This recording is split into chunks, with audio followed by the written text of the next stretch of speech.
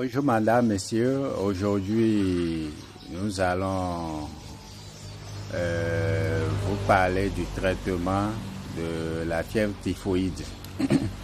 Tous ceux qui souffrent de la fièvre typhoïde, aujourd'hui, nous allons leur proposer un remède. Nous allons leur proposer une recette simple et à faire très efficace pour le traitement de la fièvre typhoïde. Alors, qu'est-ce que vous allez trouver? Vous allez me trouver les poivres longs africains. Voilà ce qu'on appelle poivre long africain, je crois. Vous voyez, ça c'est ce qu'on appelle poivre long africain. Je crois que tout le monde voit ça. Poivre long africain, d'accord? Regardez. C'est ce qu'on appelle poivre long africain, ça. D'accord, poivre long africain. Voilà, poivre long africain. D'accord. Donc, après avoir cherché poivre long africain, regardez-moi cette plante-là. Regardez-moi cette plante. Regardez-moi ça. Bon, je ne connais pas son nom scientifique. Mais chez nous, au Bénin, dans notre langue, dans ma langue maternelle, on appelle ça tchétoula. Donc regardez très bien, c'est une plante comme un herbe qui pousse un peu par terre. D'accord? Donc vous allez constater que je l'ai arraché de la terre. Donc regardez très bien.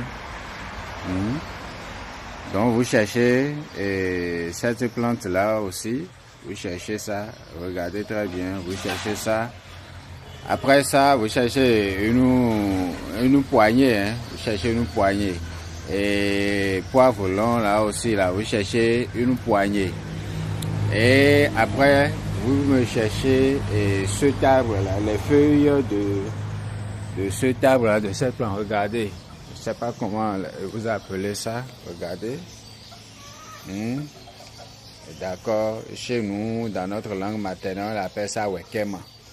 Regardez, c'est genre une fleur que tout le monde plante dans sa maison. Donc voilà, vous cherchez aussi une poignée. D'accord, je montre très bien. Voilà, la plante là. Donc voilà, regardez. La plante que je viens de vous montrer tout à l'heure, là, le wekema, là, c'est encore ça. C'est comme une fleur. Et on plante ça dans notre concession. Donc vous me regroupez ces trois éléments là et puis vous les préparez. Vous les préparez, vous préparez leur tisane et vous prenez un demi-verre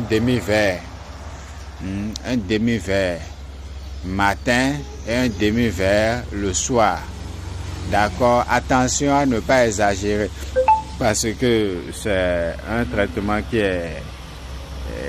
c'est une recette, c'est une tisane qui a un peu de la force. Donc voilà, vous cherchez ces éléments-là, vous préparez, vous prenez demi-verre le matin et demi-verre le soir, demi-verre le matin en jeûne et demi-verre le soir. Et vous prenez ça pendant 3 jours, d'accord, et après vous pouvez aller contrôler. Compte tenu de la dose, de la densité de la tisane, c'est pourquoi j'ai dit 3 jours. Sinon, on peut aller jusqu'à 1 semaine. Donc après 3 jours, il faut aller vérifier, voir si l'on est soulagé. D'accord? Donc voilà pour votre mal de fièvre typhoïde, voilà ce qu'il vous faut. Et puis vous serez guéri, plaise au ciel et la terre.